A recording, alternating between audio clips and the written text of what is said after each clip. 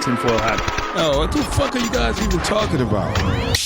Global controls will have to be imposed, and a world governing body will be created to enforce them. Welcome to Tinfoil Hat.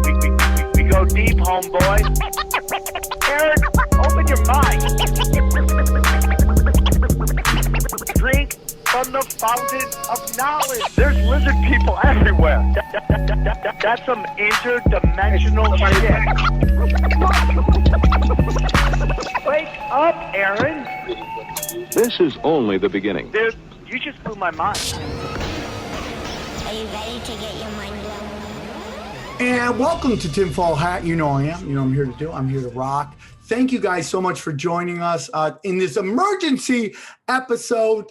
We recorded it earlier, but I had to get out and get to my children, so I had to do the recording a little later. But emergency episode, very important episode we do with my good friend Jimmy Dore. Has a great show called The Jimmy Dore Show, very much on the leftist side of the spectrum, and that's why I love getting different views into the show, so we hear from both sides, not just the sides we like to hear from. And if you follow Jimmy Dore, we all have a lot in common, and I consider him a very good friend, and I love everything he's doing, so it's always an honor to have him on my show. Today's episode, we discuss about the implosion of the Young Turks and just the implosion of the mass media through lies being bought out and opportunist bullshit. So it's a really great episode, and I think you'll find that no matter where you are in the spectrum of politics, we have more in common than we have different, and we should find those common things and focus on those and not focus on the difference. But anyways, guys, I got a lot of stuff going on. I am going to be in West Hills. I'm going to be at the Rabbit Hole. As of right now, I'm scheduled to do 2 shows, but we might just do 1. It's a long story, has nothing to do with how hard I rock, because trust me, I'm rocking, okay? And I'd love to see the Swarm out there help these young comics who are building a little show out there. We'd love to help them. So if you're in West Hills, a lot of you guys are asking for the ticket links. They're getting it to me. So let's blow it out and have a good time and rock and roll, okay?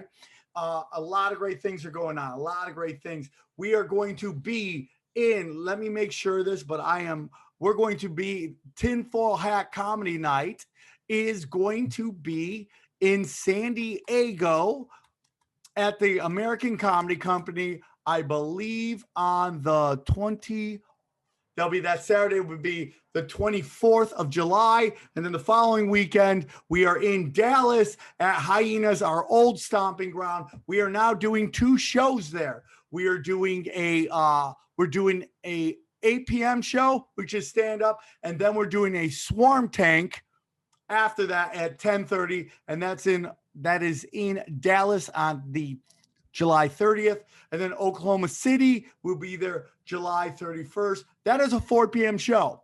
So go check that out. And so those are wonderful dates there. I hope you come and join me there. If you want to see any of my free content, you can go to 1 of 2 places. You can get everything on samtripoli.com, meaning all my free content, all my podcasts, Tinfoil Hat, Cash Daddies, Punch Drunk, Union of the Unwanted. I mean, they're all there, dude. And then, yep, they're all there, all my loving podcasts. I'm so excited to do. Then if you want my premium content, it's all under one place as well. It is at Rockfin, ROKFIN, okay? ROKFIN.com/0 Tinfoil Hat, whatever you want to do. You get all my premium content. That is Tinfoil Hat Premium, 0. Those are 2 episodes each of that. You get Greatest of All Time, Conspiracy Social Club. You also get Union of the Unwanted on there, all at rockfin.com for one price of $10. New t-shirt alert. Yes. Shape-Shifting Jesus is available. If you know the story of Shape-Shifting Jesus, you know how important he is to battling those archons. And you can get a shirt of Shape-Shifting Jesus. Go to tinfoilhattshirts.com. to support the show. And again, this is an emergency episode. We had to do it. I can't stand the Young Turks, especially that there's a freaking Armenian on there. She was put there purposefully to deflect the fact that the Young Turks caused the genocide of my people. My family were directly involved. My great grandfather's family, brother, sister, all got mowed down. That's a fact. My uncle Hachi was in it. I loved him very much while he was with us. And it's a super tragedy. And it's even worse that he's allowed to use that name. And then Jimmy Dore goes into all the stuff they're trying to do to him. So I hope you enjoy it. It's a real great conversation. Pure fire. Please enjoy this very special emergency episode of Tinfoil Hat. I will talk to you soon. Holla at your boy. Bye. Drink from the fountain of knowledge. All right, super excited to have our returning guest back. He's one of my favorite people to watch. I love what he's doing. I loved during the 2020 election how he really took it to the party. Him and hopefully next week we'll have Dave Smith. I think Dave did a lot of what Jimmy did with the Democrats, Dave's doing with the Libertarian Party. And I really love it. And I love this guy. He's got a heart of gold. And so thankful that he's on the show and who's super happy for his success. Please welcome my good friend, Jimmy Dore. How are you, Jimmy? I'm doing great, Sam. Thanks for having me on. Right back at you. A lot of stuff going on in the world. I mean, we got into some of your personal stuff, but you are somebody who I love what you did in the election, going after the Democratic Party, calling them out on, I feel like this hypocrisy, this like win by default, meaning like we're not the Republicans, so you got to vote for us. And I just think it's this lesser of two evil thing is ridiculous. And I love what you did because you took truth to power and you did what you're supposed to do, which is hold your leaders accountable to the people. And nobody's doing that. The Republicans are used as a boogeyman, and I'm not a fan of either party, to be honest with you. I say we decentralize everything. We vote for people that we like, not necessarily parties we like. But I really loved what you were doing, and you're fearless, man. And I really love it. And not to get into too much specifics of your personal life and stuff like that, but you get a lot of attack even by the Democratic Party. How you if you're not far left most enough. Of the Democrats. So that's where almost all of my criticism comes from the Democratic Party and the Democratic Party loyalists, right? And so we saw that most recently. I was the one who was the biggest pusher of people like AOC and Cori Bush and the squad. I was the first one to have AOC on my show. I was the first one to have Cori Bush on my show. So, and I have a huge platform on the left. So nobody pushed them harder. So there was nobody more disappointed when they let us down and they completely sold out to the party, right? And so my theory is now that we realize now the Democrats have complete control of government. They could have eliminated student debt. They could have legalized marijuana. They could give us health care. They could give us a $15 minimum wage, and they won't do it. And so this idea that you're voting for but you know what they will do? They will keep Trump's $1 trillion tax cut. You know what they will do? They'll take $20 billion more and give it to Raytheon in the military. That could have ended homelessness. That's what it costs to end homelessness, $20 billion. They could have did that. They didn't. They could have ended $20 billion of student loan debt. They gave it right to their donors, and they screwed us out of a living wage. They screwed us out of health care. They're ramping up the war budget. And we're not even getting prescription drug relief, which is one other thing they promised. So this idea that you can vote for Joe Biden and push him left is ridiculous. But also that if you vote for the people like the squad, people who give lip service to progressive policies like Medicare for all and a $15 minimum wage, voting for them inside the Democratic Party has turned out to be a fool's errand also. And it's actually worse to have those people inside. People go, well, you should be for progressives, right?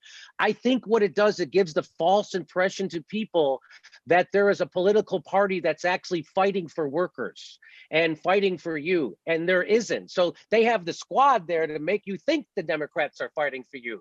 Then the squad they have all the power in the world right now because it's such a slim majority in the House for the Democrats. If the squad all voted together, just like the Freedom Caucus did, the Tea Party caucus, they could control the House. They refuse to do it. They're rolling over and going along with Nancy Pelosi and Chuck Schumer and Joe Biden. And so my position right now is anybody who votes for these two parties is voting for evil.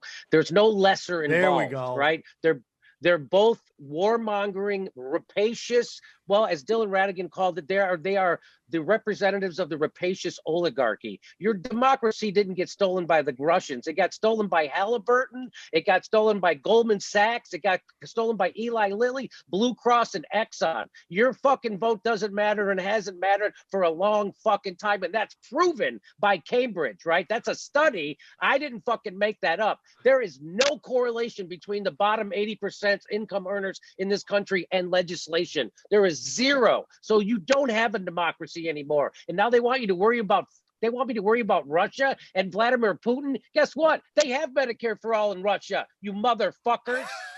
I'm with you. I am completely with you. We have taxation without representation. And it's like women. Like when women get courted by men say whatever they can to get laid, right? And then women go crazy. We wonder why we drive them nuts because we're saying whatever we can. That's voting. Voting, they say whatever they would think we want to hear. And the minute they get voted in, they do whatever the fuck they want. All right, everybody, I want to tell you about our good friends at CBD Line. That's right, CBD Line, one of our oldest sponsors on the show, longest running sponsors on the show, and we love them very much. You know, these stressful times, you need tools in your tool belts, and no one can help you more than CBD Lion. I mean, they got everything. They got vapes. They got gummy. They got those new gummies that the lemon ones. Come on, nothing is better than lemon. Dude, nothing's better than lemon gummies. Okay. They also have the new melatonin slumberberry variety pack, which I've heard is pretty cool. A variety pack, man. And that's what we're talking about, dude. They are the best of the best. I love them very much. They always come to my live shows and support. And here's what's really great, okay? They have everything you need, man. All their products are third-party tested, all right? They even have a quick little survey, quick quiz you take that'll help you with deciding which product is best. They got everything, man. They got everything. Pre-rolls of hemp flower. They got new strains of hemp flower. They got lemon gummies, variety pack gummies, melatonin gummies, all this. Fun games CBD. Does it beat that? I don't think so. I love them. Every time they come to my shows, I hug them. I try to kiss them. They're like, no, it's not like that, bro. And if you like that and you want to help out the show and you want to help our sponsors, just go to cbdline.com and enter the promo code TINFOIL, okay, to get 20% off. That's cbdline, like the animal.com, coupon code TINFOIL. Check them out. We won over 2,000 positive reviews.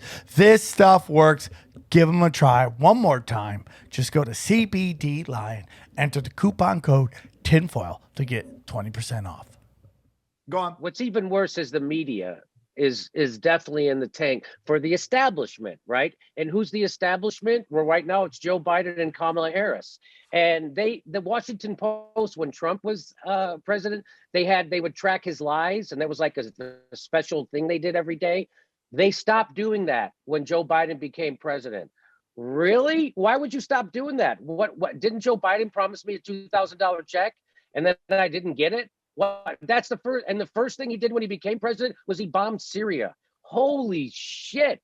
Do you know that right now Joe Biden is in court? They passed a law in California to make it illegal for the immigrants to be housed in private prisons. That's what they did in California. Joe Biden's in court trying to get that overturned.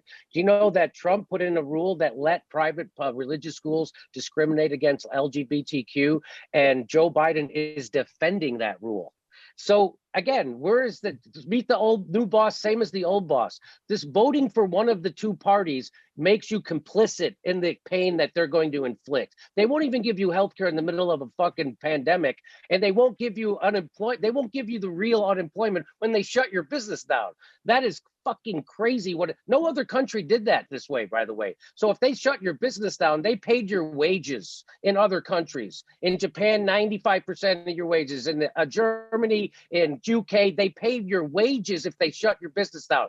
They didn't do that there. And right now you hear these stories of, oh, hang on, my earphones are dying. Hold on a second. We can still hear you. Now, can you hear me? Yep.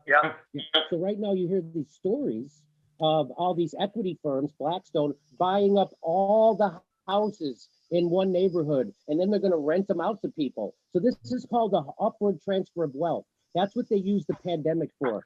For sure. Hold on one second, Jimmy. Hold on, because your sound just went bad. What do you think you should do? Do you have headphones? Not sure. Yeah, maybe headphones. If you have like wired headphones. There we go. Here we go. I got much better, dude. There we go.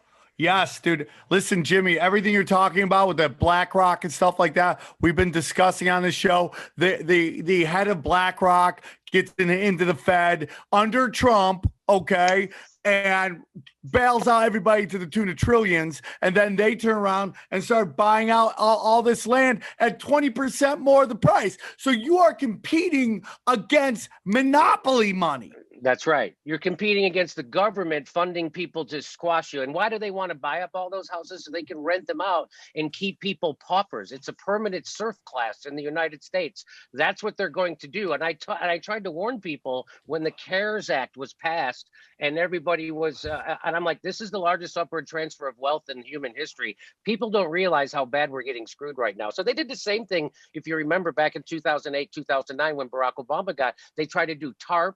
Right. And it took them a couple of weeks to figure out how to transfer all that wealth upwards. But they figured it out. And now they do it like that. So when they wanted to do this new one, it would happen before any had a town hall about it.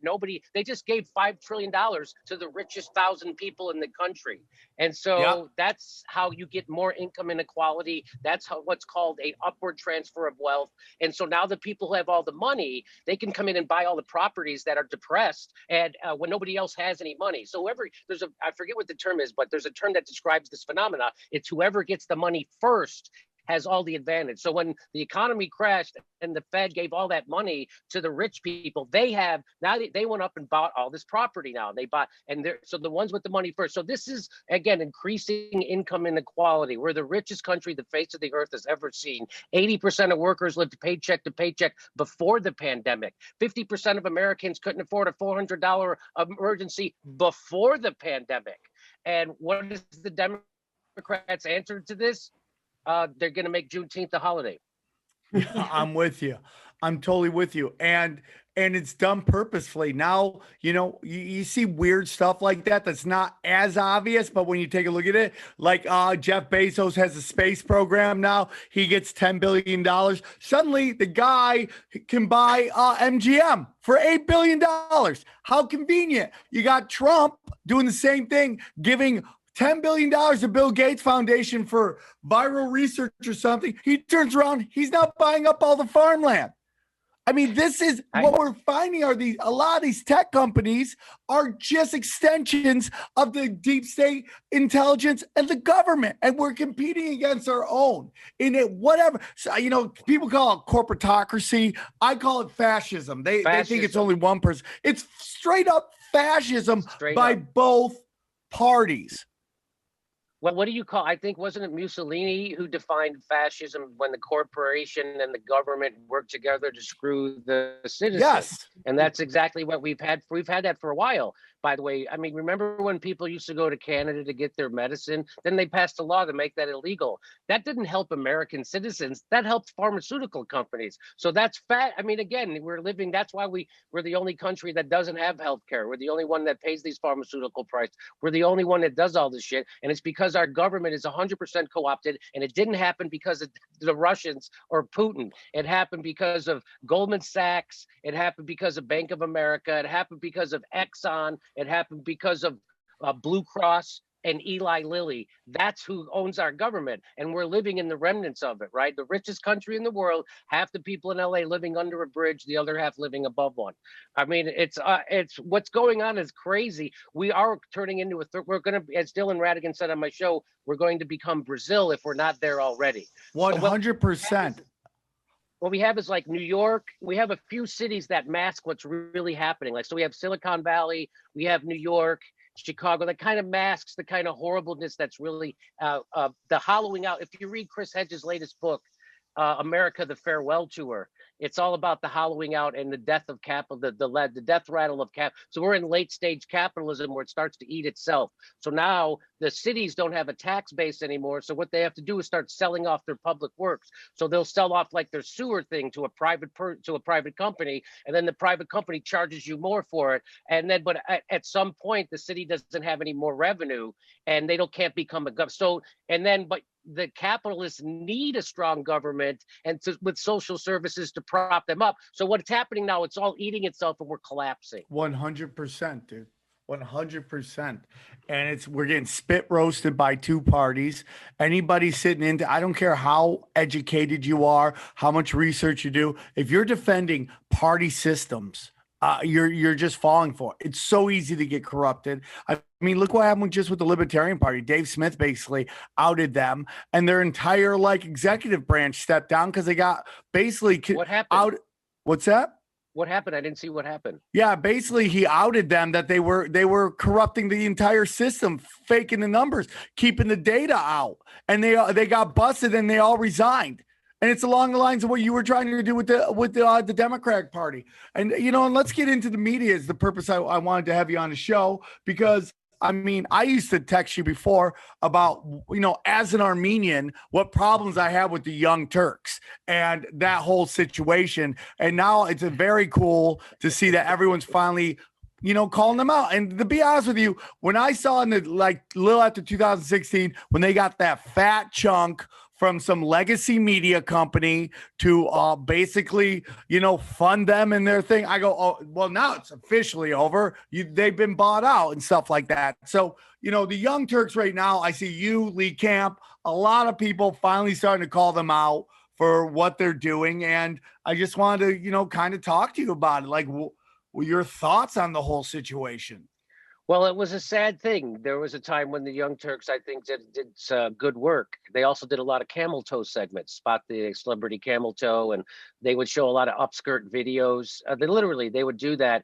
They would show pictures of celebrity women getting out of cars, and a paparazzi catches a picture of their under their skirt, and they weren't wearing underwear. Cenk Uygur would then show them on his show, and then he would post them at his website and say, I can't show you the uncensored picture of their vagina on my YouTube show, but go to tyt.com. So that's worse than a pornographer. A pornographer usually gets consent from the people. So the Young Turks wouldn't even get consent, and they were doing that. And, Britney Spears is in the news right now. They took their Britney Spears video down of them showing her upskirt. They took it down. The literal title of it was Up Britney Spears Skirt. That was their title. And they thought it was hilarious to do that. And the reason why I tell you all that stuff is because most recently they've gone off the rails since they took that money, and they become transparently establishment, right? Because they are corporate now, and they have billionaires who sit on a board that runs the Young Turks.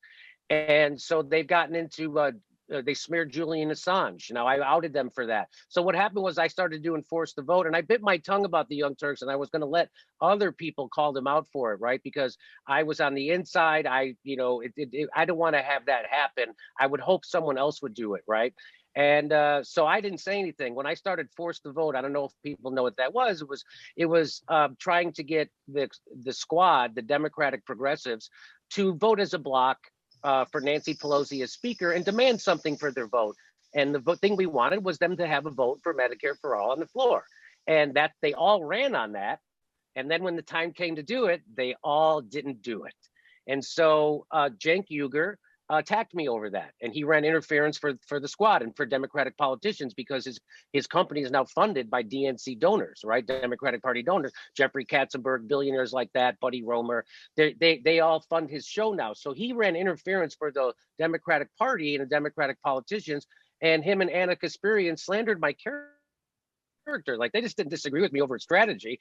They said there was something wrong with my character and I was unhinged and I'm not a good guy. And so what I decided to do was tell the truth about the Young Turks. And the first thing I did was hey, if they're going to slander me while I'm trying to get health care, I'm going to show you that they smeared Julian Assange for absolutely no reason. Well, I don't know what there was a reason. I think it was they were signaling to try to get some donors, donor cash, right? So watch, I'm going to go smear Julian Assange. So they did that. They said he was a Trumper and he couldn't be trusted. That's what the Young Turks said about Julian Assange. They said he was a Trumper who couldn't be trusted. So then I also outed their shady business practices. When they do these fundraisers, they would tell people, give us money and then we'll get you your $2,000 relief check. We'll put pressure on the politicians. Send us money so we'll get you your check. That was one of the sleaziest things I've ever seen. So I outed that. I outed Cenk. Then Cenk lied about force the vote. He said if they did the strategy for force the vote, that Kevin McCarthy, who's the Republican leader, could become speaker, which was a lie. And he was corrected on it about 1,000 times. And he still kept saying it. So we caught him lying and lying and lying. And I reported it. Now, nobody else in the left space would do videos about the Young Turks. They were all afraid of them. Well, I wasn't, so I did it. And so Cenk Uygur and Anna Kasparian admitted that because of, then they called Aaron Mate. So then they started to smear Aaron Mate because he comes on my show. They said he was paid by the Russians and that he works for Assad. That's a news show slandering an anti-war journalist after they just slandered Julian Assange. And they said he pays paid by the Russians with no evidence whatsoever, and that he works, and they said he denies gas attacks and that he works for Assad.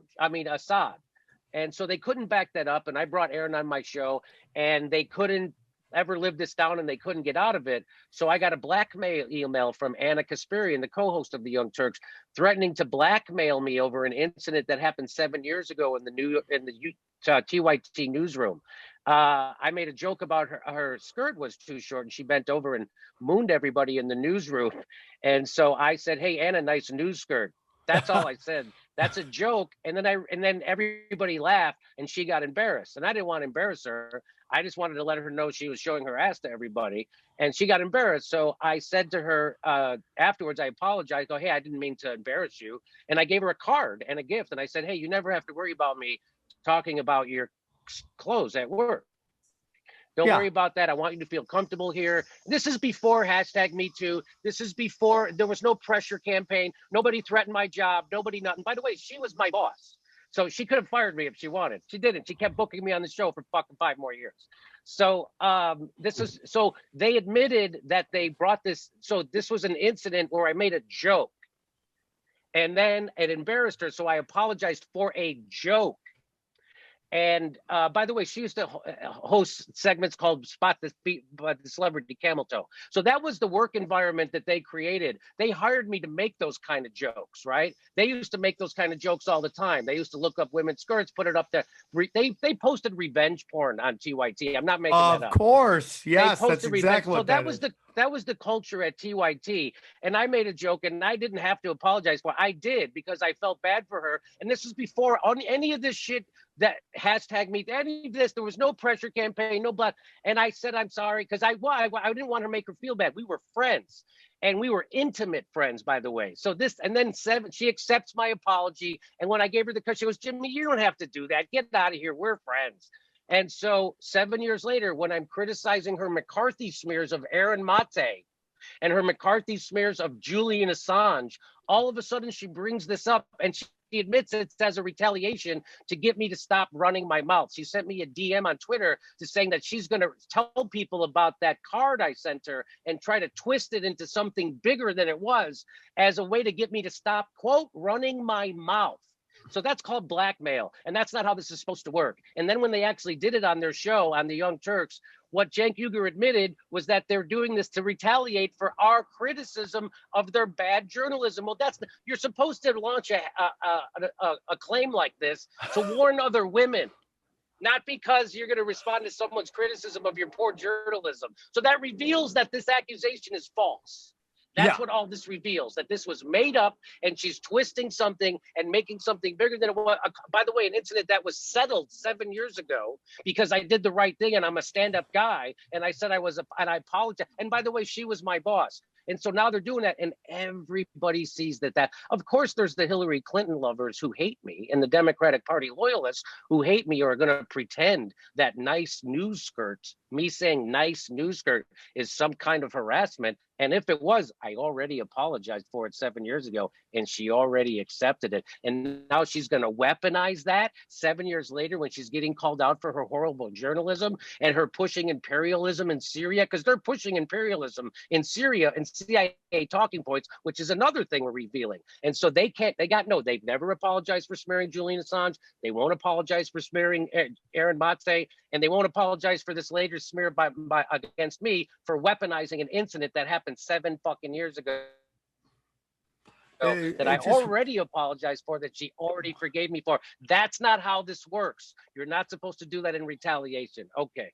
All right, guys, I want to tell you about our new friends at We the People Holsters. That's right.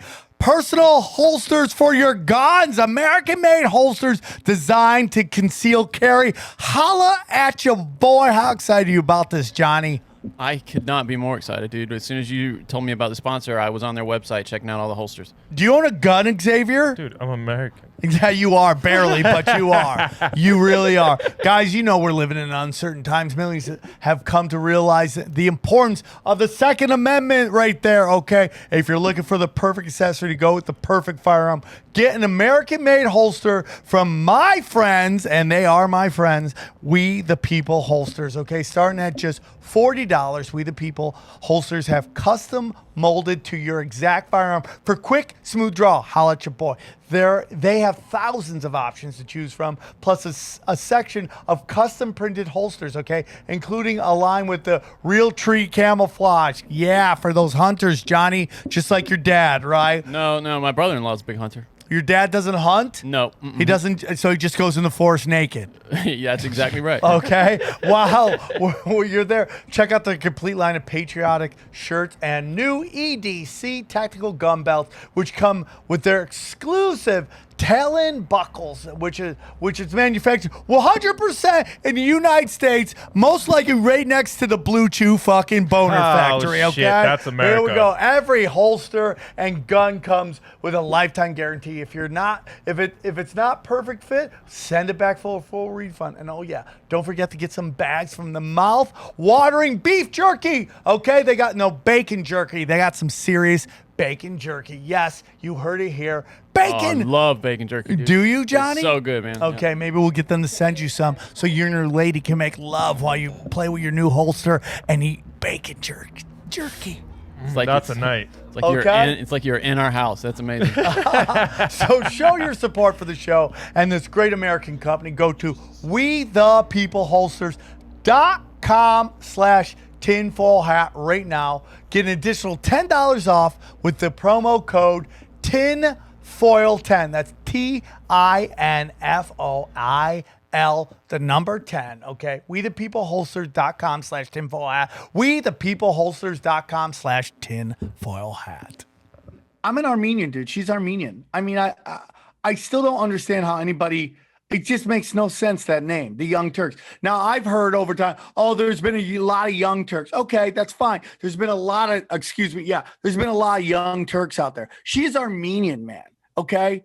It's like Jews for Nazis. I'm sorry. It sounds like that's super crude, but it's really not. When Jake named the company the Young Turks, he was still an Armenian genocide denier when he named it. Because that was back in the 90s when he named the company, and he knew what the fuck he was doing. The guy went to Columbia. He knew what he was doing. He named it the Young Turks, and then he got an Armenian girl to sit next to him, so he had cover. And I remember when, every time Armenian Genocide Remembrance Day comes, they have to make, an apology all the time. And she just brings up that it's Republicans and conservatives smearing us. It's not. It's your own community, man. Nobody understands how you could be on that show doing that. And it's just a giant egotistical thing. It's just all ego. Let's just say in Bizarro Town, in this clown world where we want to believe you made a mistake and just picked the one name that was Turkish, that just happened to slaughter. And in full disclosure, and I've said here on my show, my great grandfather's whole family got mowed down by by the Turks, and they had to escape, and they got here. I had an uncle Hachi who had tattoos from the whole situation, and a lot of people don't know they had tattoos. A lot of people think that's just associated with Nazis and Jews, and that's not the truth. And to be honest with you, Hitler basically said that the Armenian genocide was the blueprint to use for ethnic cleansing, and he basically came out and said that. And then she's like kind of like defending it as a ton of Young Turks. That to me, that there were Young Turks in history over time. You know, that's like people going, oh, well, the Hindu sign for peace is a swastika. I should be able to wear that when I go to any kind of Jewish event. It doesn't make any sense at all. It's like, you know what the intention of that is. And for her to have that is a window into the soul of a human being. Can you believe that someone who used to do on a regular segment that she curated and produced called Guess Who's Camel Toe, and then she would take pictures of celebrities' camel toes, they would zoom in, then you had to guess who it was. They would post revenge porn on their website. That they actually did an experiment once where Anna went to a mall and tried to tease a guy sexually into buying her a pair of shoes to see if it would work, and it did. And then she blew the guy off and kept the shoes. She didn't go, hey, we were doing an experiment for a news show, here's your money back. She kept $100. This is the kind of shit. So does anybody believe that someone who was able to do a segment, she looked at Britney Spears' naked vagina and said, oh, her cooch looks old and beat up. And Cenk said, it looks all fat and flabby and her face is ugly. I wouldn't even do her. So somebody who can sit next to that, that's a direct quote, by the way. So somebody who can sit next to that and do the things that Anna Kasperi, she told people to go to the website too, to see the naked photos of Britney Spears' vagina at TY. She told people to do that. So you're telling me somebody who does that gets offended when somebody says nice news skirt, when the comedian they hired to make jokes says nice news skirt? You're going to tell me that she's so broken by that 7 years ago when she's in the middle of McCarthy smearing everyone? By the way, she tweeted out a doctored video of Aaron Mate. She's a news person who tweeted out a deceptively edited video that made it look like Aaron Mate said that Assad was his hero. And they showed the full video, and he said you could see why some people in Syria would consider Assad to be a hero. And they cut off the first part, and it made it look like he was calling Assad a hero. So they're trying to smear an anti-war journalist. She doesn't have to pay a price for that because she all of a sudden says Jimmy Dore said nice news skirt 7 fucking years ago. And so nobody's going to hold her account for that because Jimmy said nice news skirt, something he apologized for that very fucking day. And she accepted 7 years ago. That's not how this works. You're not supposed to be able to weaponize that shit. And now they're still smearing Julian Assange. They smeared WikiLeaks again last Monday. And they're pushing imperialism in Syria. It's fucking gross. Oh, by the way, Cenk Uygur went on Rising, that show Rising from the Hill, and which is a right wing. He doesn't realize that Hill is a right wing organization, publication. And he went out there and tried to slander me by saying that most of Jimmy's viewers are right wing. I don't know what, but first of all, I do. And second of all, he said that Jimmy Dore's a preposterous liar and that he lied and said that I was for bombing Syria. Well, immediately I showed the video. Here's Cenk fucking advocating for bombing Syria. I was there in the newsroom when he did it. I know he did it. So Cenk goes on these TV. So they're lying nonstop now. Roger Waters called them out, the guy from Pink Floyd. Roger Waters called them out for how bad they're pushing imperialism and how they were smearing Aaron Mate. He called them the young fucks and said that they claim to be outsiders and they claim to be progressives, but they are the status quo pushing imperialism narratives. That's Roger Waters, a rock legend who, by the way, one of the greatest political activists of our time. And so Cenk, when that happened, Cenk said, oh, Roger Waters, some random Pink Floyd guy from 80 years ago criticized us. That's like saying Paul McCartney, some random Beatle. Like, what do you mean random? What do you mean? That's like, oh, you know what? That Mick Jagger, some random Rolling Stone guy from 80 years ago. And what's hilarious is that the next day, Roger Waters was trending. That's how fucking relevant he is. And why was he trending? Because Mark Zuckerberg wanted to use his song to help get more people on his social network, which is the #1 social network in the fucking world. That's how relevant his art is. It still has legs that he wanted to use it. And Roger Waters told Mark Zuckerberg, go fuck yourself. I'm not letting you use my thing to get more people as you censor. I'm not going to make your platform more popular so you can censor people. And that's why he trended #1. And you know where he said that at? He was at a rally for Julian Assange with Julian Assange's fucking father. Whereas Cenk Uygur is busy slandering Julian Assange, Roger Waters is out there at a rally for him trending because of it. And so that's how out of touch the Young Turks are. And that's what happens when you take $24 million in right-wing corporate cash. You know, it's so interesting that anybody even listens. I mean, their numbers are suffering. I saw Lee Camp talking about it. Their numbers are suffering. They did a live stream that had like 100 people on it. And I mean, this is an organization that's kind of branded as, this big media powerhouse. 100 people are watching it live. And I just think it's like, how are you as, I'm a liberal. I'm a traditional liberal. Okay. I'm not kind of into the super duper, everything's offensive. I'm going to go left just because I hate everything on the right. I am like issue to issue to issue, man. I'm anti-war. That to me is a liberal issue. I don't know what's going on in Bizarro Town that these people are pro-war and they have warmongers on MSNBC all the time. They have the head of the CIA as a paid-for talking head. That's just incredibly disrespectful.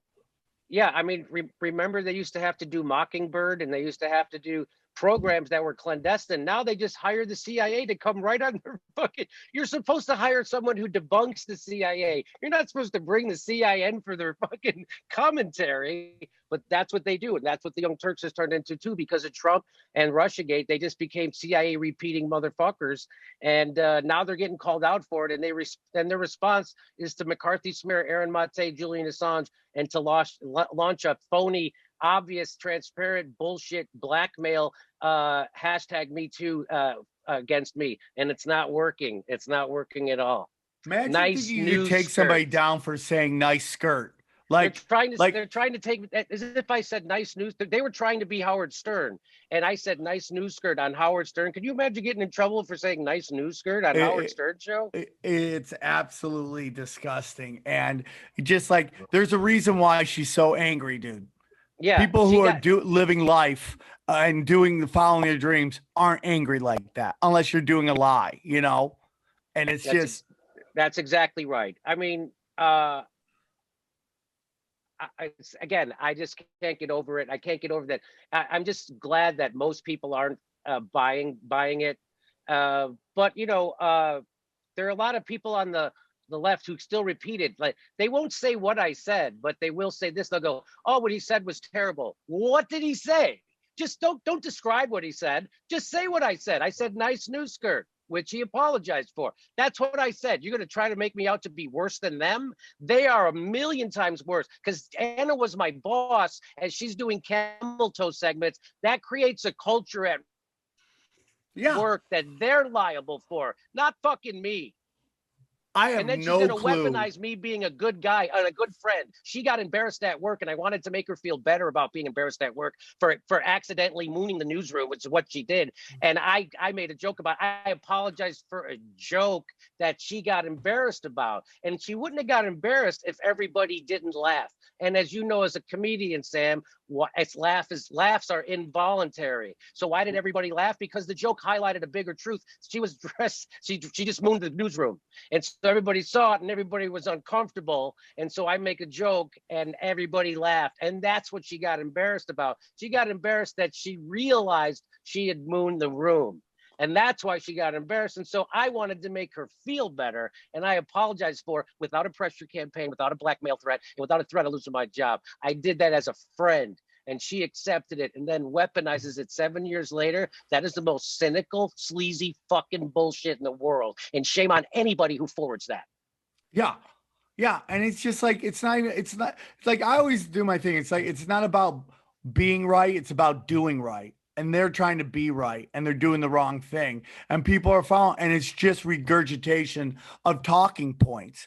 And you're not a conspiracy guy, but people will be like, oh, you're one of those Q people, they'll say, without any what's that mean? What's that mean? I'm a Q. Tell me it's just a blanket statement. It's just there's something going on in the comedy community about this one story was retweeted by a big name comic, and it was like alt-right is basically taking over comedy. And I mean, what is alt-right? What does that mean? These are just buzzwords that the left throws out. Let me tell you how here's how the media works, and it's just like the Young Turks work now. So when I started pushing force to vote, which was a definite threat to the status quo, Sam, because Medicare for all would really upset the apple cart of the health insurance, big pharma, and Wall Street, right? So that would really fuck them up if we got Medicare for all right now. And that's why they have to slander and smear anybody who pushes for it. So I get this great idea that could force a vote on Medicare for all and expose all the charlatans in Congress. And what did they do? Daily Beast calls me a Nazi. They did a whole article on me. And then so did Newsweek. Newsweek does an article and they called me the head of the dirtbag left. And they but the picture they used, I looked beautiful. It was like from 15 years ago. I was like, I fucking look beautiful. Thank you very much. How do you get into the dirtbag left? I want to join. And that's just because I tried to get healthcare. And Cenk Uygur did the same thing, and Ryan Grimm at The Intercept. And so they had people out there, and they did it at the Daily, the News in New York. They all wrote hit pieces on me. And I'm like, so once you're inside a news story, you see how the news works. And the Young Turks did the same thing, right? So as soon as you look at, like I said, look what happened to Joe Rogan, right? So Joe Rogan was to the left of the Democratic Party. First, he had a friendly interview with Tulsi Gabbard, and Tulsi Gabbard was calling out the Democratic Party's warmongering on Syria and saying we got to stop these regime change wars. So they immediately smeared her as a Russian. Remember, Hillary Clinton said she was a Russian. Yes. They said she was a Russian and a traitor to our country. That's what they do, right? So and they said the same thing about Bernie Sanders, that he was a sexist and a misogynist because he was to the left of the Democratic Party, right? And so as soon as Joe Rogan got to the left of the Democratic Party, they said he was a transphobe and an alt-right piece of shit. Hey, no, Joe Rogan endorsed Bernie Sanders. So that's their tactic. And that's the exact same tactic. That's the exact same tactic the Young Turks used on me. They tried to slander me as right-wing. Cenk Uygur's telling everybody my audience is made up of right-wingers.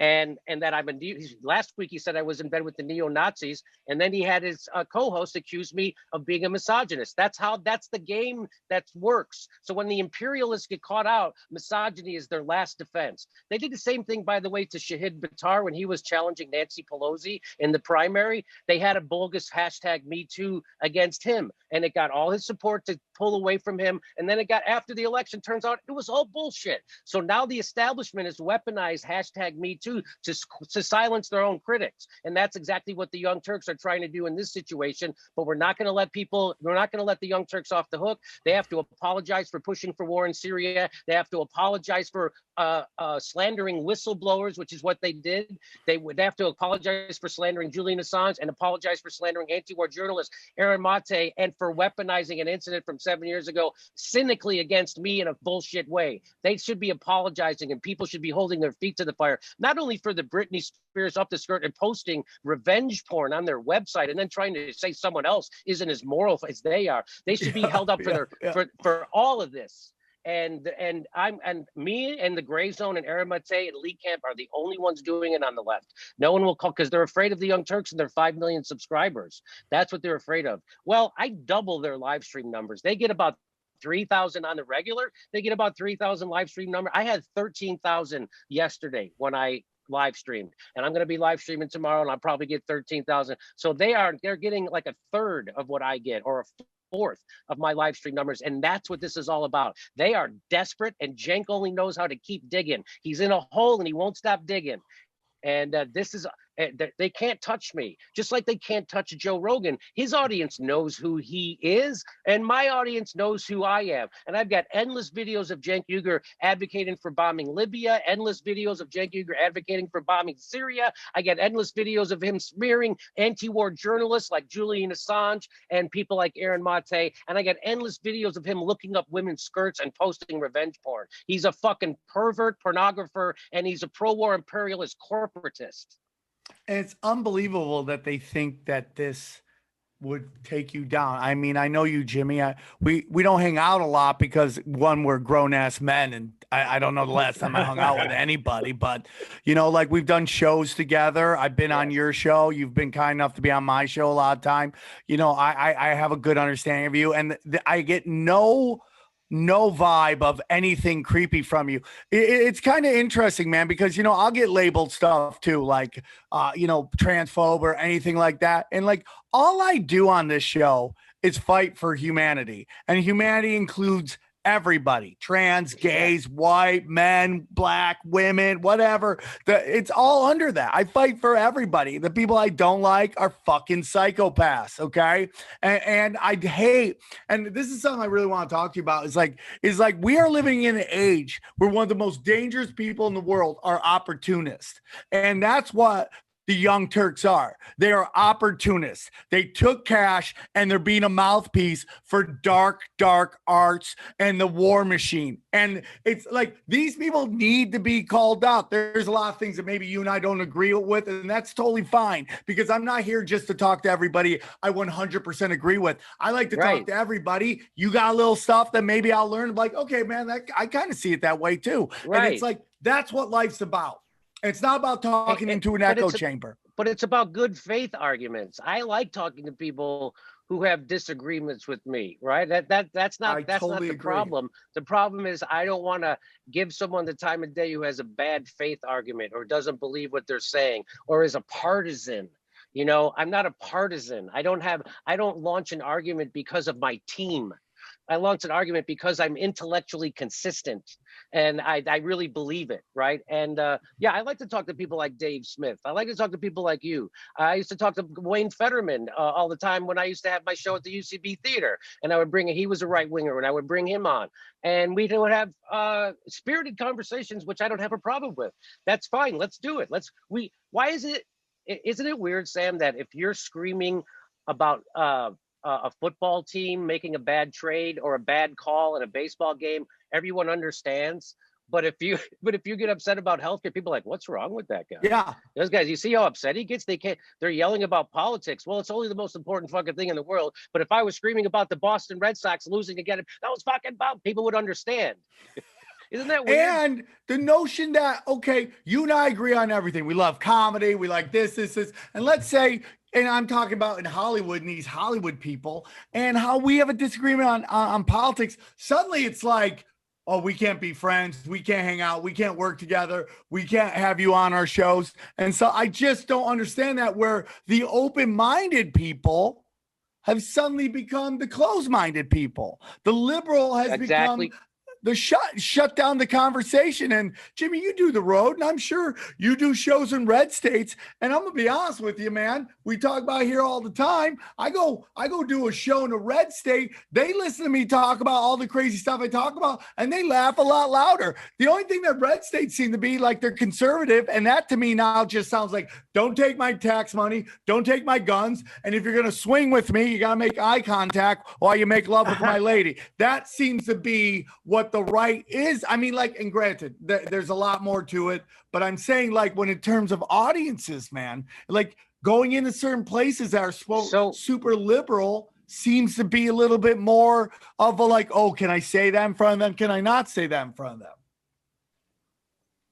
So people would make that accusation to me all the time. It's like, well, you know, but you can't play the South. I played the fucking South every year. I played Atlanta every year. I played Houston every year. I played Austin every year. I played Nashville. I played Florida. what the fuck are you Yeah. talking about? You know, when I show up, when I go to Nashville and I don't give them a lecture. I start telling jokes. That's why it works.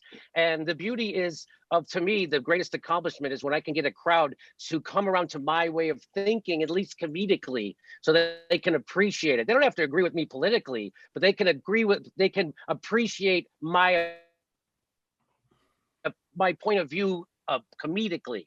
And so that's why I could go play Houston. I played Houston every year for fucking 20 years straight. What are you talking about? Same thing with Austin. Same thing. What the fuck are you talking about? So, and San Diego, that's fucking Republic. It doesn't make sense. So people want to think that. They want to think you can't speak your mind and people won't. Like, no, people go to a comedy club to hear jokes, and that's what I give them when they get there. But it's about certain topics that I like. And, you know, I remember when I went to Afghanistan to tell jokes for the troops, I was told you can't make fun of George Bush, right? I was there in 2006.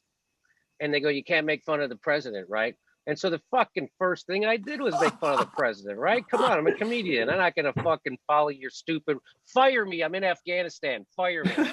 So I go up and I make fun of George Bush, and they fucking howled. And it turns out, you know why they laughed? Because everybody hates their boss. Yes. Yes. And that, So you know, I've done those too. Yeah. So we can find common ground. We're all Americans. We can find common ground. And this idea that that half the country now is somehow Nazis and we can't ever talk to them. And, you know, I had a guy on from the World Socialist website on my show, and I asked him, I had a Boogaloo Boy on my show right before that, who people don't understand. They conflate the Proud Boys and the Boogaloo Boys. They don't know the Boogaloo Boys were set up as a response to the Proud Boys. They're the ones who are anti-racist. They're the ones who are anti-cop. They're the ones who are anti-war. They're the ones who are pro-LGBTQ. Not all of them, but a lot of them. That's why they were set up that way. So I was interviewing that guy, and I was like trying to find common ground. He wasn't for Medicare for all and some other shit, but he was for this other. I'm like, oh, this is it. We need to have more conversations like this. Because I didn't know anything about the Boogaloo Boys. I didn't know anything about them. And I'm like, we should have more conversations because it's either this or civil war. I think we should have a conversation, right? So I have this guy on he considers himself a labor organizer. And he starts yelling at me about having that guy on. And I go, what are you talking? I go, Jerry, what's your message for that guy? And he goes, I don't have a message. I go, well, that's why nobody ever fucking heard of you. And you're a shitty organizer, because that's not how you organize. You don't go to this floor shop and go, who here is a Proud Boy? You're out. Who's a Boogaloo Boy? You're out. Who's a Trumper? You're out. Who's a libertarian? You're out. Who watches Tucker Carlson? You're out. Who's left over? Now I'm going to organize with you. That's not how it works. And what scares the shit out of shit libs, because they love to say, now we got to organize along class lines. And they don't even realize what the fuck they mean when they say that. I have to tell them, do you know what that means when you say we have to organize along class lines and not political lines? That means you have to organize with people in your same class who are Trumpers. The other half of the country. That's what that means. And that scares the shit out of them, because they don't want to do that. But that's the only way we can get any real fucking change in this country, because both parties are completely corrupted. First the billionaires bought the politicians, and then they bought the news media, which is why journalists sound just like politicians. I couldn't agree more. And look at these entertainers. I just feel like in the last 4 years with Trump and then into Biden, like all these punk rockers were just exposed as just faux rock. It's not even punk rock. It's like when you know, Jimmy, you and I are around the same age. You know, we grew up with like the Democrats were for the little guy, and then the Republicans were the big business people, right? And it was easy to pick and choose who's there. But as we got older and the internet came, and all of a sudden we got information that kind of let us know the heads of both party are two heads of the same snake, right? Then it got a lot harder to decide who was the good guys, who was the bad guys. I'll tell you, most of the people in Washington are not the good guys. So it's more like nobody's a good guy there. But as you see these guys like Rage Against the Machine, Chuck D, a Public Enemy, and they're just straight up going, oh, if you vote for Trump, you're a racist. You're like, what are you talking about, man? That's not how you bring people together, by just be like either, which is exactly what George Bush used to say, which is either you're with us or you're against us. That's right. No different. So it's funny. You know how people talk about our criminal justice system and how racist it is, and it is. If you look at the prison population, it's an amazingly racist and discriminatory criminal justice system. Now I fucking forgot my point. I forgot my fucking point. Dude. Were you gonna go into the guy who made the whole policies, Joe Biden? That's right. So Black and brown people are incarcerated at way higher numbers than white people in the United States, and we do have a racist criminal justice system. You know who organized that criminal system? It was Joe Biden. It wasn't Donald Trump. Those people aren't in prison because of Donald Trump. Those people are in prison because of Joe Biden. And a lot of them are there in there for marijuana, and his son's a freaking crackhead, and he's not in prison. So it's the rules for you, but not rules for them. And I would have some sympathy for Hunter Biden if he would be out there advocating for all those people who did the same shit he did to get out of prison and petition his father to let them out. But instead, his father just kicked everybody out of their administration whoever admitted to smoking pot. Can you believe that? While he's telling you to feel sorry for his crackhead son. No, not Kamala Harris. Exactly. Kamala Harris. She gets to stay. She gets to stay. Is it right? And then it's just so like again, it's rules for the oligarchs, but then there's other rules for you. And that's what Joe Biden is just as much a fucking oligarch as Donald Trump. He's just as much a racist as Donald Trump ever could be. In fact, he actually implemented his racism. Donald Trump never got the chance. Well, Kamala Harris locked up more black people. Can I tell you this? Can I tell you this about the immigration? People are always telling me, I didn't vote for Hillary Clinton, right? And I voted Green. And people were telling me that I was insensitive because of immigrants. You don't care about brown people and immigrants. Well, I told them what's going to happen is that people are going to, Donald Trump is going to put an ugly face on the horrible shit that Barack Obama and the Democrats have been doing for the last 8 years. And now people are going to become aware of it, right? And that's exactly what happened. So all of a sudden they got aware that, oh my God, we're putting people in cages. Barack Obama did that. That was Barack Obama and Joe Biden put those immigrant kids in cages. That wasn't Donald Trump started that. Oh my God, we're gassing immigrants at the. Oh, Barack Obama gassed immigrants at the border. That was Donald Trump who started that. Oh my God, Donald Trump is banning immigrants. He's banning Muslims at the airport. You know that Barack Obama bombed those Muslims? That's why they're at the fucking airport. 100%. So we started to become aware of stuff. And so the immigrants, Donald Trump ended up exporting like almost half the amount of Mexicans as Joe Biden and Barack Obama did. Why? Because the local authorities became aware of their own policies and they stopped working with ICE. So Donald Trump wasn't able to export and deport as many Hispanics as Joe Biden and Barack Obama. Barack Obama exported more Mexicans than all the presidents combined since 1892. So just think about that. So Barack Obama was a charlatan of the highest order. Of course, you want a black guy with a Muslim name to come steal your houses and give it to Wall Street and take us from 2 wars to 7 while getting a Nobel Peace Prize. Of course, it's a big fucking propaganda. It's all, and that's how they're going to do it. So when the devil comes, he's not going to come with fangs. He's going to come with the prettiest smile and the best eloquent speech you ever heard. That's what the devil's going to look like. 100%, dude.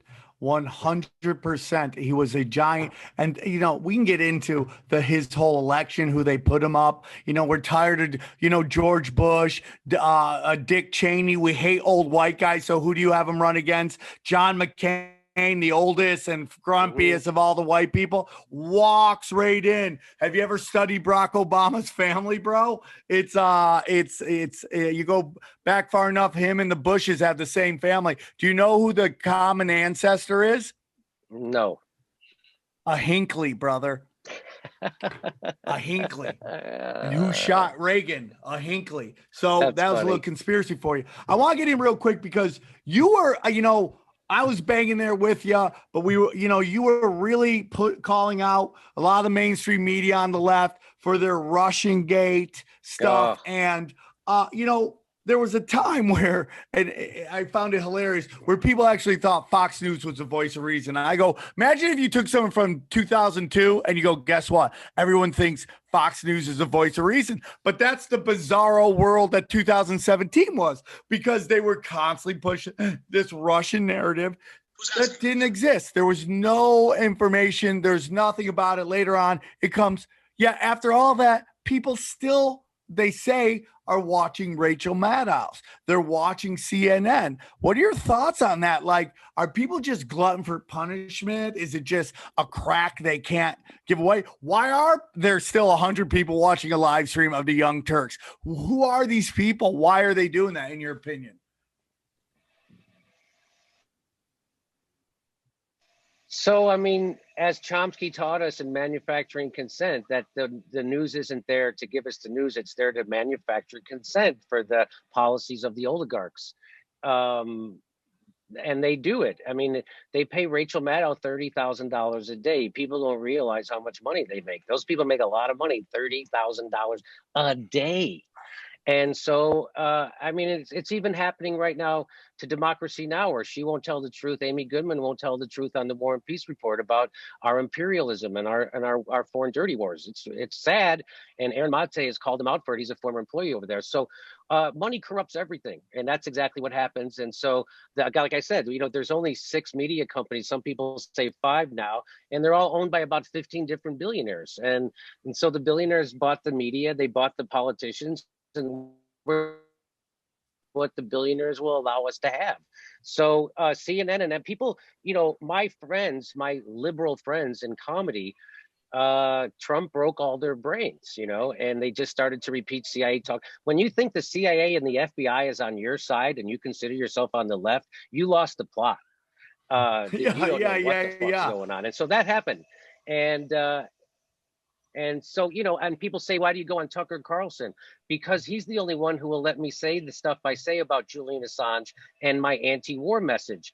He'll bring me on and I can tell people what's actually happening in Syria. You know who won't bring me on? Rachel Maddow, Chris Hayes, Tucker Carlson will. You know who won't bring me on to talk about this? The Young Turks won't even bring on people to talk about Syria in the right way. How about CNN? They won't bring me on. They won't bring on Aaron Mate, an award-winning journalist. They won't bring on Chris Hedges to talk about this stuff. They stopped bringing on Glenn Greenwald in 2016 at MSNBC. So it's over, right? They don't bring on real journalists who are adversaries. So that's why journalism is done, because they're co-opted, and now all journalists are doing is looking for their next fucking job. And that's what happened at The Intercept. They fired their founder because they wanted to censor him.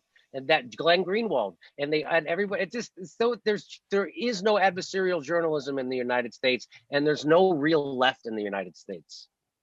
There's just conformity and opportunism, and it's everybody's taking $1 and they're just selling themselves out. And you have all these people crying about, you know, Nazis, and then okay when people ask you for your vaccine passport. It's just, I don't understand how it's not the same fucking thing. And it's just like, you are doomed to repeat it if you don't know your history, man. If you don't know your history, you're doomed to repeat it. And, you know, the highway to hell is paved with good intentions.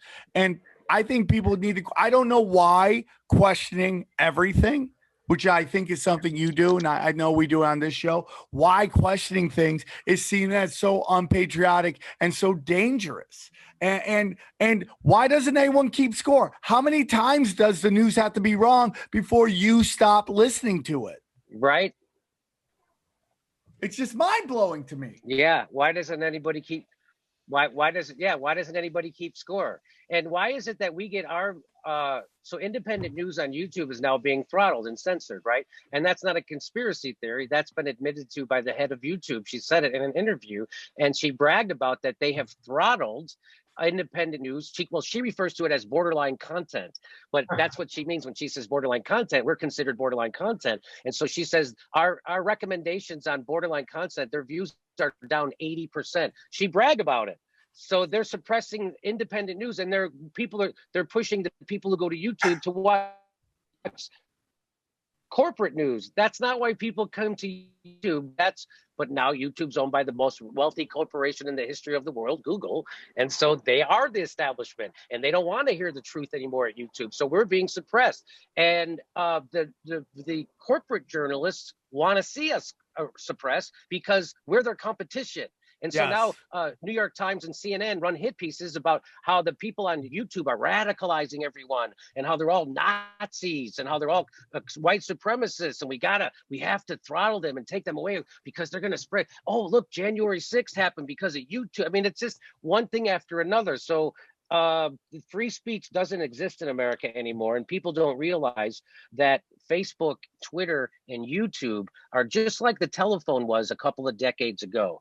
Because just like a couple of decades ago, if you tried to start a business, you had to have a telephone to start a business. Well, you have to have the internet, Facebook, YouTube, and Twitter to start a business today. And so those should be called utilities, meaning you can't just take away someone's phone because, like AT&T can't take away the head of the KKK's phone because he didn't like the shit he's saying on there. So that should be the same way about your Twitter account, your Facebook account, and your YouTube account. That should be the exact same thing. You can't take it away because you don't fucking like what they're saying. You have to prove they broke a law.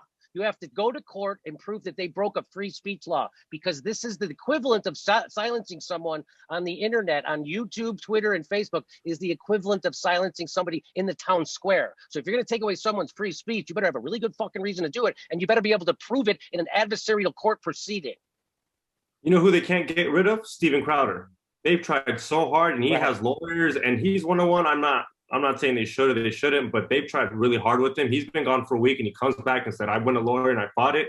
And there are. I want to do that, man, but it's like, dude, like this show, I used to have a YouTube channel. I had to take off tinfoil hat off there because they were just giving me strikes on like videos from 5 years ago.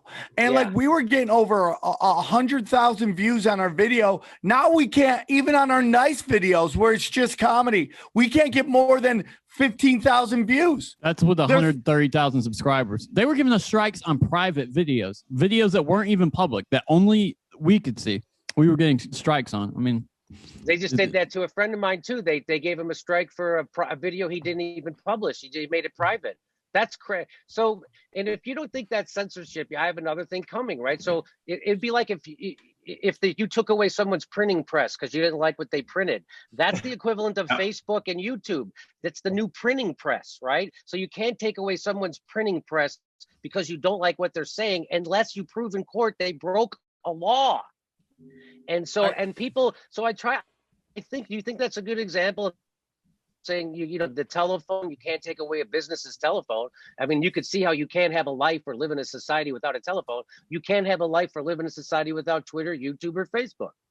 Well, I mean, how many of these companies all got like shell company seed money that was basically a shell for the intelligence community? I mean, Facebook started on the day that the Pentagon stopped the program called LifeLog. On the exact same day, they stopped LifeLog and boom, Facebook was founded. The exact same day. And if LifeLog was all about collecting your data. So you're competing against companies that have unlimited funding. So you have people like BitChute, Rockfin that we're both on, Odyssey, all trying to compete as an alternative to YouTube when YouTube has unlimited resources to compete against you. It's just like, that's the thing. So if you're going to say, everybody has a right to the First Amendment and the right to free press, right? So you can't then give, you can give me a press that prints one page every other day, but you give a press to the corporation that prints 1 million pages a second. That's not the same. That's why you can't kick someone off YouTube and go, well, it's a free, you still have your free speech. No, I don't. You can't give them that advantage and then not give it to me. That's not free speech. That's not equal. That is separate. That's separate and unequal. That is fascism, dude. Yes. Fascism. And by the way, who runs it's Silicon Valley who runs the fucking White House. I mean, it's just crazy what's happening. Well, now it's come out, Jimmy, that Google was funding the Wuhan lab. They were sending them money. You're like, why is Google search engine funding the Wuhan lab? Oh, yeah, because they are an arm of the intelligence community. And That's everybody yelling at everybody about masks and get the vaccine and all that stuff. And we don't have to have a discussion on that right now. But where is this energy for finding out Dr. Fauci through all these shady channels were funding this virus research? Where is that energy? Why isn't it? It's like you're just programmed. Exactly right. It's groupthink and it's herd mentality. And that's what journalists have in America. They have herd mentality, and they're all afraid to step out of line because they're all looking towards their next job. And Dr. Fauci, we've been criticizing him since day one on our show. That guy's he's a pathological liar. And the shit libs on the left, attached themselves to Fauci and made him out to be a saint as a way to own on Trump, to dunk on Trump. And that's a mistake, because I've already proven on my show, Dr. Fauci's a pathological liar, and people are catching on to it now. It got so bad that Dr. Fauci had to say one of the most craziest things I've ever heard someone say. He said that if you criticize me, that's like you are criticizing science. No, so that he's basically saying I'm beyond criticism because I'm a scientist. No, you're not beyond criticism, Dr. Fauci. When your emails show that you're doing duplicitous shit, now you're not beyond criticism. When your emails show shady shit with you and Bill Gates, you're not beyond criticism. When your emails show you privately saying one thing and publicly saying another, you're not beyond criticism. And that's such a fucking cynical dodge to say you're criticizing science. And he knows, because he knows that's a trigger word for the shit libs that hate Trump. And his history with HIV and AIDS, if anyone did a deep dive in that, it's war crimes that he's committed. And he's been there forever. It's like, somebody said it, it's not the passing through state that's bad. It's the permanent state. When someone like Nancy Pelosi, Joe Biden, and Dr. Fauci are all there for 40 years, that we got problems. We got real problems, man. Well, Jimmy, thank you so much for coming on the show. I have nothing but love and respect for you, and I appreciate you coming on our show and having a talk with us. And I appreciate you. If you don't go check out the Jimmy Dore show, it's one of the best on there. And enjoy your life, brother. I know you were going through some health stuff. How you feeling? I'm feeling a little better. I've been taking experimental drug treatments to treat it. And I'm feeling a little better, but not 100% by far. But thank you for asking. I appreciate it. All right, brother. We love you very much, Jimmy. Thanks for doing the show, guys. Thank you so much for showing up. I love you all so much, and we will talk to you soon. Take care, everybody. We go deep, homeboy. Aaron, open your mind. Drink from the fountain of knowledge. There's lizard people everywhere. That's some interdimensional shit. Wake up, Aaron. This is only the beginning. Dude, you just blew my mind. Tinfoil hat.